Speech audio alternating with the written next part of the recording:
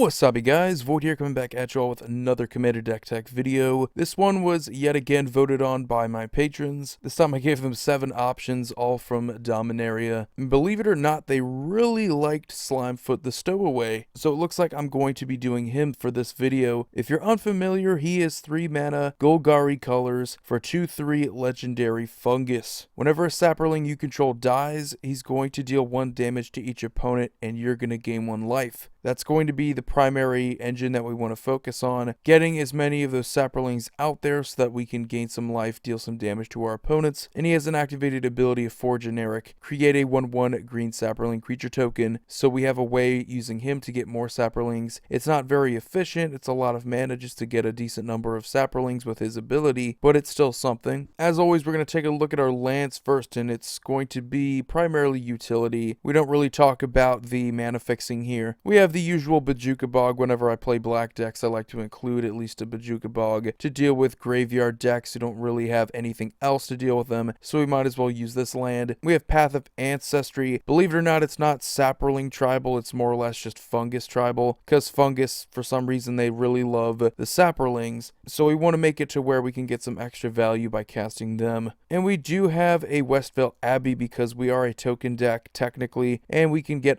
a bunch of sapperlings out there, sacrifice 5 of them to get Ormondal, and then just start wrecking them. Moving on to our artifacts, we have 8 of them. It's the usual setup card, Soul Ring, and we obviously have a Skull Clamp for any token deck. It's just pure value, getting more card draw. We have the Golgari Signet, mana fixing in these colors, and for protection, since Slimefoot the Stowaway is going to be really the engine that makes our deck work, we want to protect him, give him either Shroud or Hexproof. We don't care about the haste. And then we have an Ashnod's Altar. We do want some sack outlets in here. This one isn't too bad. It's going to give us 2 colorless, and it's going to combo with another card, which I'm going to get to later. We have a Lifecrafter's Bestiary. This is actually pretty good. If you're playing on a budget, why not play this card? This is a relatively cheaper deck, a little over $100, but still pretty decent. Whenever you cast a creature spell, you may pay 1 green. If you do, you draw a card. So going to give you some value in green whenever you cast a creature spell. We have a bunch of them, so it shouldn't be any problem. And then our last artifact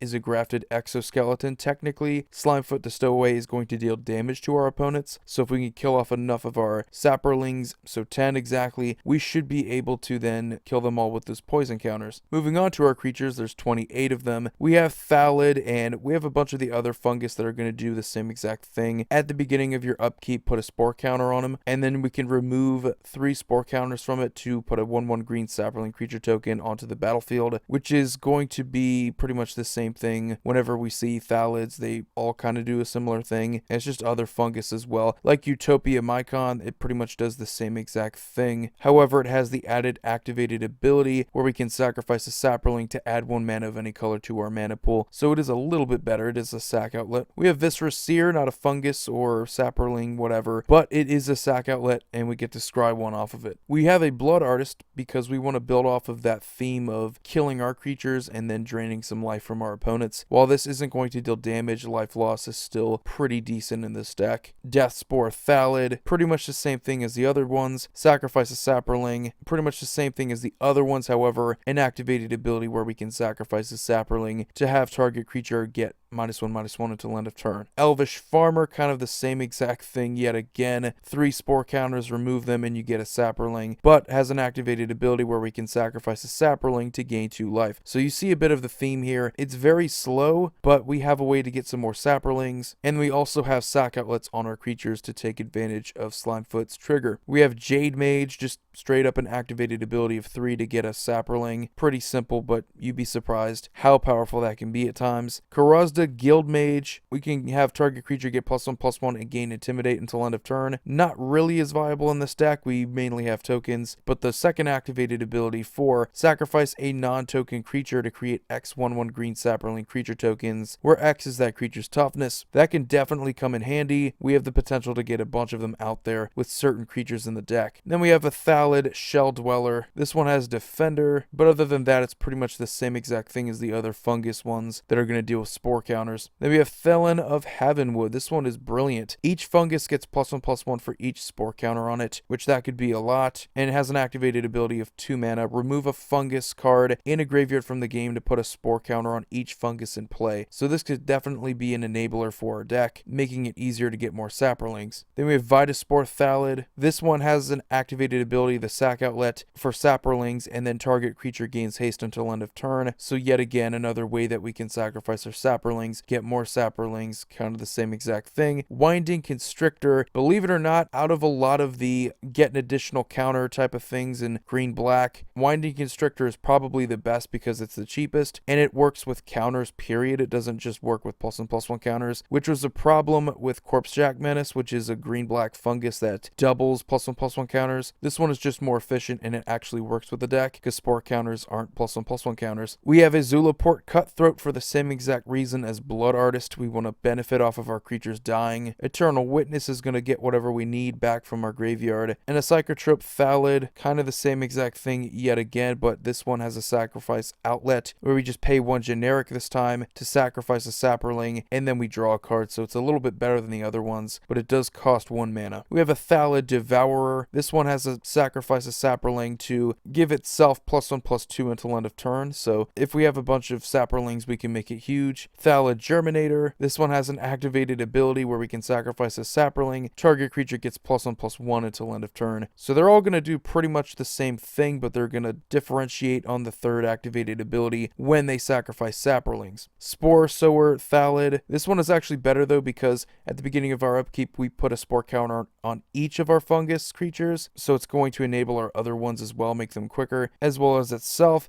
We remove 3 spore counters from it to get a 1/1 green Saproling creature token. Thelonite Hermit. Saprolings are going to get +1/+1, but it has the morph, so you're better off just casting it as a morph, and then paying 5 mana to have it turn face up, and then you get 4 Saproling creature tokens for your trouble, which is definitely worth it. Mycoloth is brilliant. We can make this dude massive. It's what I mentioned with Karazda Guildmage. This is one of those creatures that we can sacrifice and get a bunch of those Saprolings, but each upkeep, it's going to get us even more, so it's probably better on the board. Really good card. Then you have Savage Thallid. At the beginning of our upkeep, we pretty much do the same exact thing as the other ones. This one, though, has a third activated ability where we can sacrifice a Saproling to regenerate target fungus. So the utility is definitely there. If Slimefoot or any of our other fungus creatures would happen to be destroyed, we can just sacrifice a Saproling to regenerate, which I think is pretty sweet. Then we have a Spore Mound, and whenever a land enters the battlefield under our control, we get a Saproling. Pretty simple, but definitely good to have that production. Sporloth Ancient, kind of the same exact thing. However, it's going to give our other creatures remove 2 spore counters from this creature to put a Saproling into play, so it kind of works and enables with our other Saprolings. So instead of like removing 3 counters, it's just going to be 2, so that's sometimes better. Tendershoot Dryad. This was one of the newer cards from Rivals of Ixalan that I really fell in love with, and now we finally have a deck where it's going to be even better. At the beginning of each upkeep, we get a Saproling, so our opponent's upkeeps as well, and it does have the City's Blessing trigger with Ascend. Saprolings you control get +2/+2 as long as you have the City's Blessing, so this works with your other Saprolings, making them bigger. Definitely a powerhouse in this deck. And you have Nemata, Grove Guardian. 3 mana, we can put a Saproling creature token into play. Also an activated ability where we can sacrifice 1 to have all Saprolings get +1/+1 until end of turn. So definitely a cool little engine there. It has a way to get us some Saprolings, as well as a cool sack outlet for them. Pump them up a bit, maybe swing in for the win, who knows. Vertoloth the Ancient. Saproling creatures are going to get +1/+1, and so are your other tree folk, but he's really the only one. But if you do kick him, he has a kicker of X. You're going to put X 1/1 Saproling creature tokens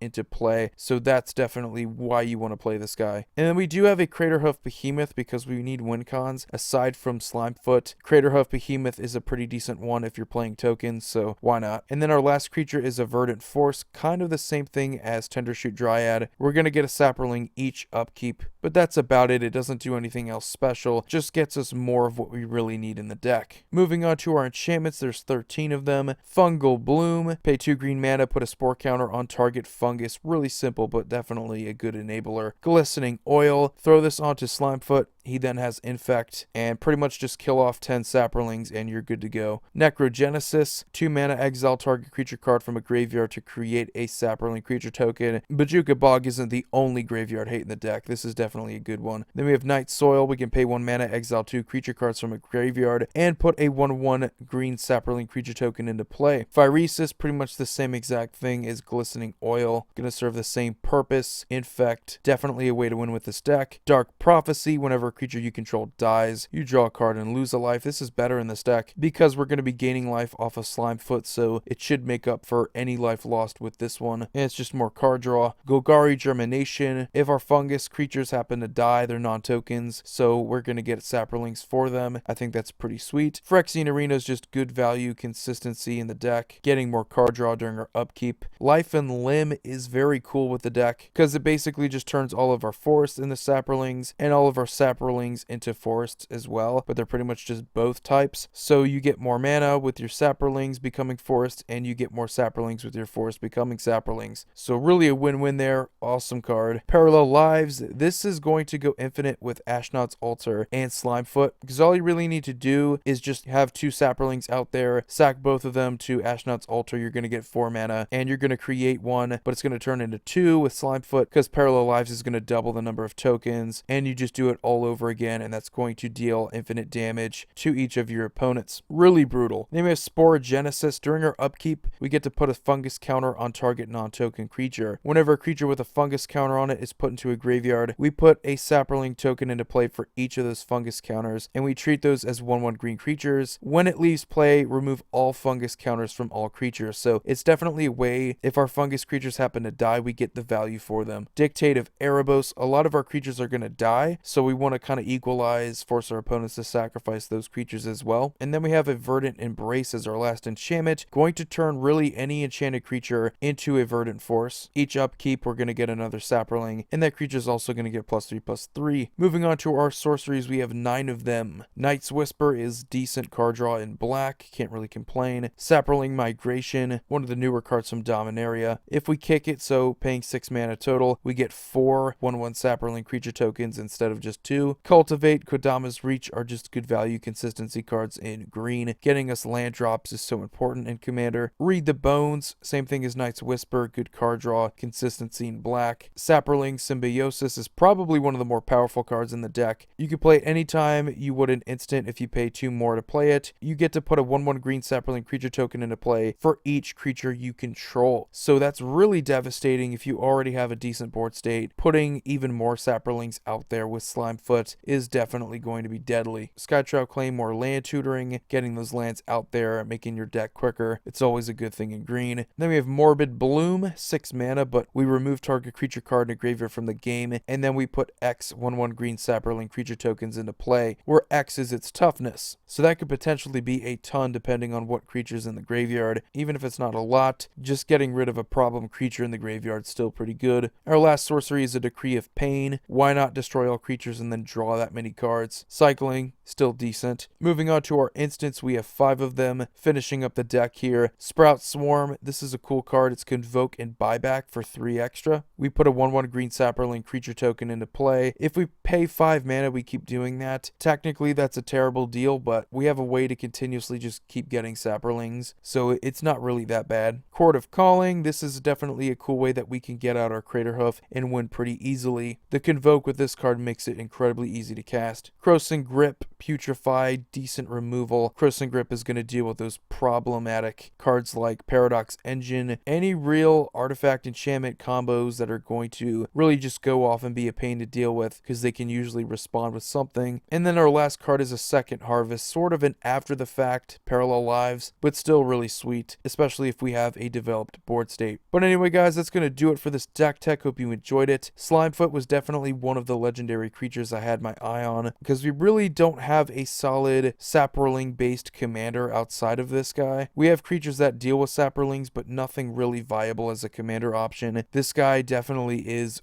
very powerful in the right situation, and especially with that Parallel Lives Ashnod's Altar combo, that can definitely be pretty deadly. You guys let me know what you think about this deck. Let me know what you think about Slimefoot. Have you enjoyed playing with him so far? I certainly think he is a delight. But as always, you guys have a wonderful day. Void here signing off. See you all next video.